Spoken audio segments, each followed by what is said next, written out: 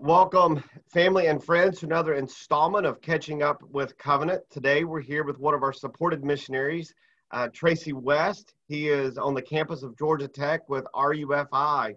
Tracey, welcome, and thank you for being with us. What's new with you and your life these days? How is your family doing? How is your wife and your children doing? Yeah, we are, we're doing really well. We live in Smyrna, Georgia, which is northwest of Atlanta. And I guess the biggest thing that's new with us is we moved into a new house. So April 6th, we ended up transitioning to a new home, and this home's our home now. So it's exciting. And I guess for the last couple of weeks, if there's ever a semester where there could be a pandemic, this might have been like the best one. Because I've just been putting together IKEA furniture every night, and honestly, it's been really exciting for us. About the family, we've got two kids. Charlie, he's 3, and Hudson, he's 1. And my wife's name is Suzanne. We've been married for about 9.5 years now.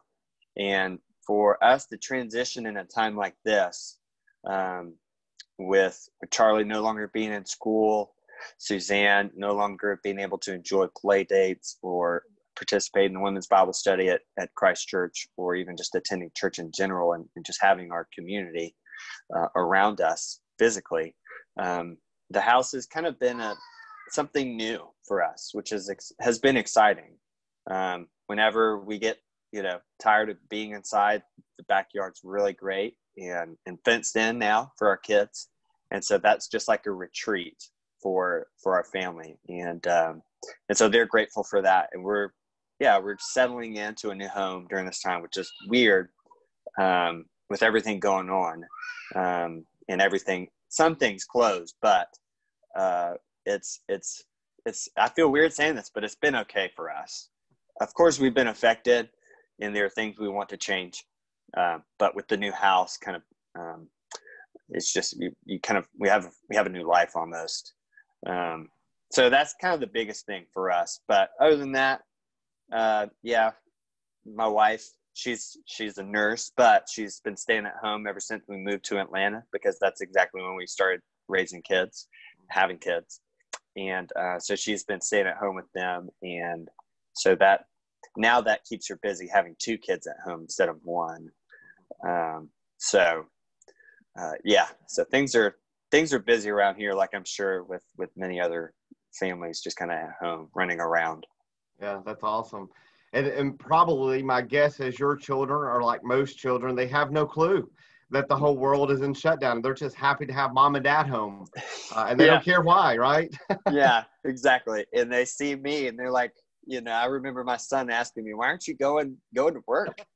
And I'm like, "I am. I'm just going downstairs. I'm doing work from downstairs now." Right. Yeah, that's awesome. Yeah. How have RUF international students been affected by during this past month? Yeah, so I guess that question, there's a lot of different answers to, because students are affected in a lot of different ways. We've had some students needing to go home, back to their countries, because mainly for those students, their visa was going to expire after graduation. And because of, countries being closed off, our students were being reached out to by their local consulate, and just like being encouraged, in some ways forced to go back home, before they were just kind of stuck in the middle of their visa expiring and not being able to go home. So sadly, some of our students have had to return to different parts of Europe or Asia. And I guess some other ways, some students have had to move off campus.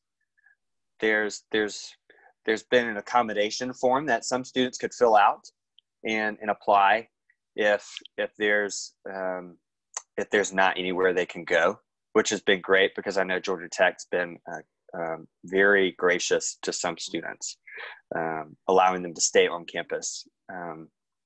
But everything with their life now, their communities have been taken. from them, their friendships, which has been really hard. As a campus minister, it's really exciting to see students make relationships and watch those, not even just with me, but with other students at our groups. And so seeing them interact with each other outside of a classroom setting, they're kind of like fish out of water at first. They're just like, how do we do this? How do I make friends with people from other countries who speak other languages? And so part of that now has been taken away because they're confined either to their research labs or to their apartment, or they had to move back home. So Zoom is a blessing in that way because we do get to connect with students as well as other students getting to connect with each other. It's been fun to watch other students' Instagram or Facebook pages and seeing them post pictures of them Skyping or FaceTiming or Zooming with other students without like me or any of my staff or volunteers involved. So yeah, I would say another way you would think, oh great, now students can just do their quizzes and tests from home and everything's open book, so it's going to be a lot easier. But I think professors understand that and they realize that, so they give them more work. And the work that they do get is always harder now, because I remember when I was in school, every open book exam, I thought, oh, this is going to be a breeze, but it ended up being 200 times harder than a normal exam would be. So that's just kind of the norm for them now. So they're getting busier and busier, and final exams are getting closer and closer. So they just, I think they're getting really weary and tired because much of their life now is virtual. So changed in a lot of ways. Yeah, absolutely. Yeah, I hated open book tests and open anything as always.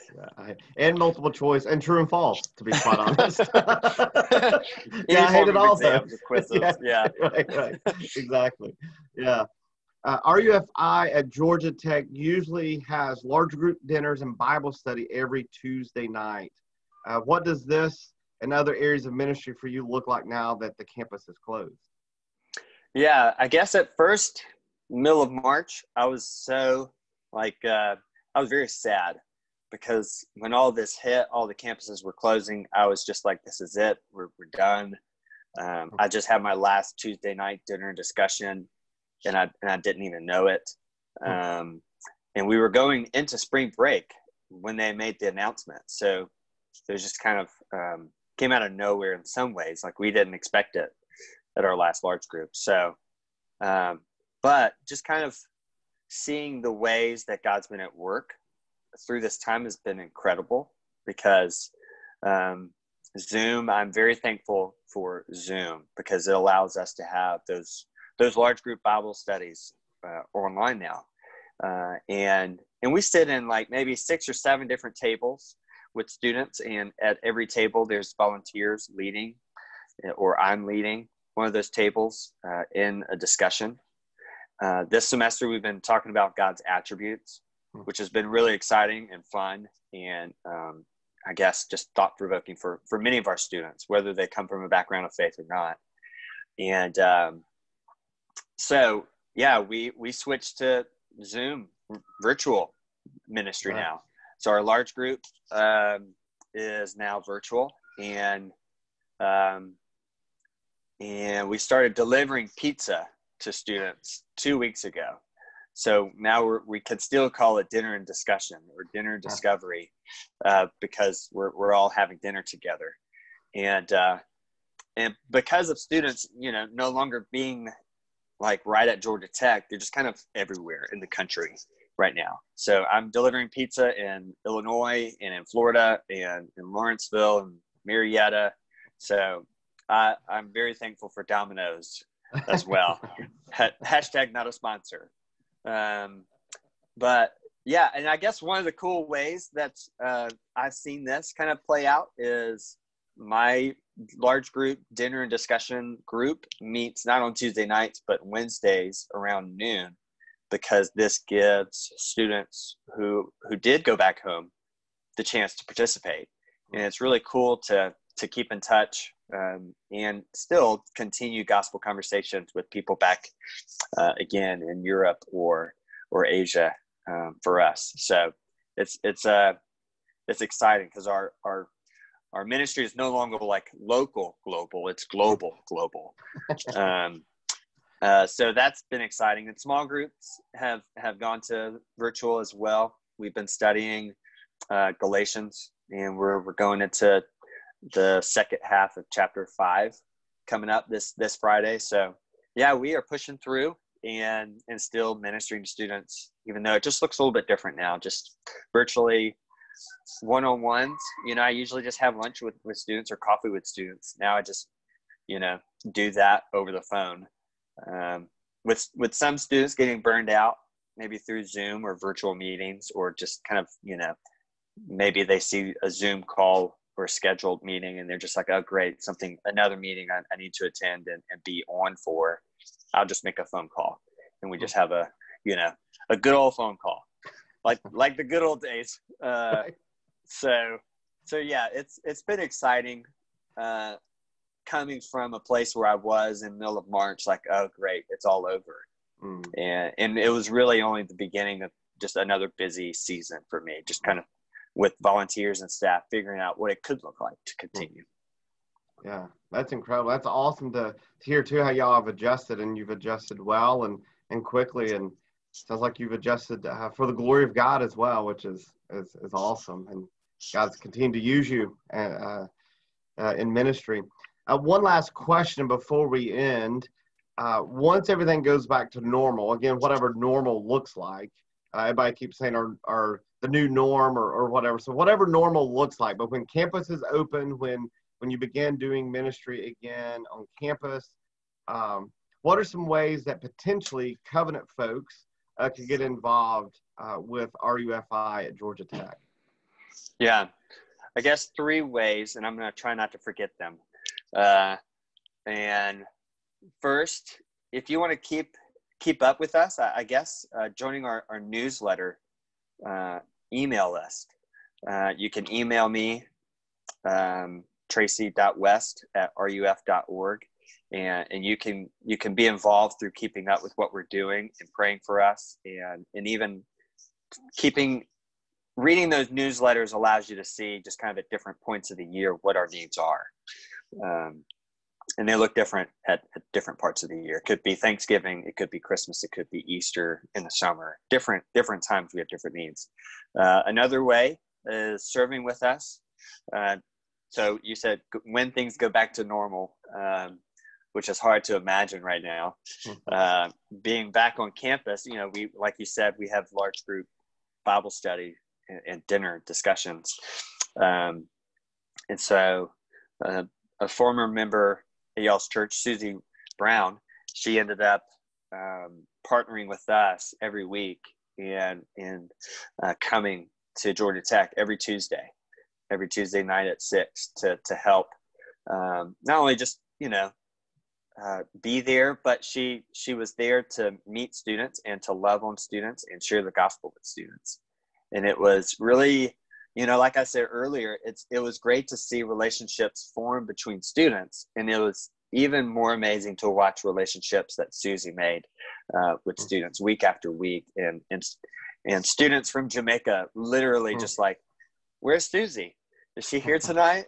As soon as they walked in, and so she had a following or a crowd, so to speak. Awesome. And so yeah, that's another way that I could imagine. People at Covenant partnering with us and being involved. And I guess one other last way that comes to mind that we were talking about earlier is just partnering with us and hosting an event. We, I guess our students love parties. They'll come to a party in a heartbeat, and we are blessed enough to be located in a city where there are many churches that want to partner because they see the need for international communities to know the gospel and see the gospel and to be loved on. And so when your church hosted Presbytery, one day. I just remember sitting out and having lunch underneath the that covered patio area and overlooking, I think it was a pool and a beautiful lake. And there's just so much potential there for us to bring students down just for a Saturday afternoon or a weekend or something. So if there are people who want to be to help schedule something like that and bring students down to host a church-wide event for our students, you know, we can easily make that happen and bring students down and allow you guys to meet our students. You know, you hear about our students from me mostly, or see them in our newsletters. So what better way, I think, and to follow that up with actually meeting them and having conversations with them and hearing about their own individual stories in person. That's awesome. Yeah, that's awesome. Well, thank you for that, and we'll definitely be in touch. I know our chairman of our missions committee is eager to figure out how we can get more involved with our missionaries, more than just supporting and praying, although those I know are important things. So we don't want to decrease that at all, but how can we get more involved as well? And so I definitely appreciate it, and appreciate your time, Tracey. I know you're a busy man right now and keeping up with people all over the world. And so appreciate that. And hopefully we'll see each other soon at Presbytery. That's right. Thank you for having me. Absolutely. You have a good day. Thanks, man. You too.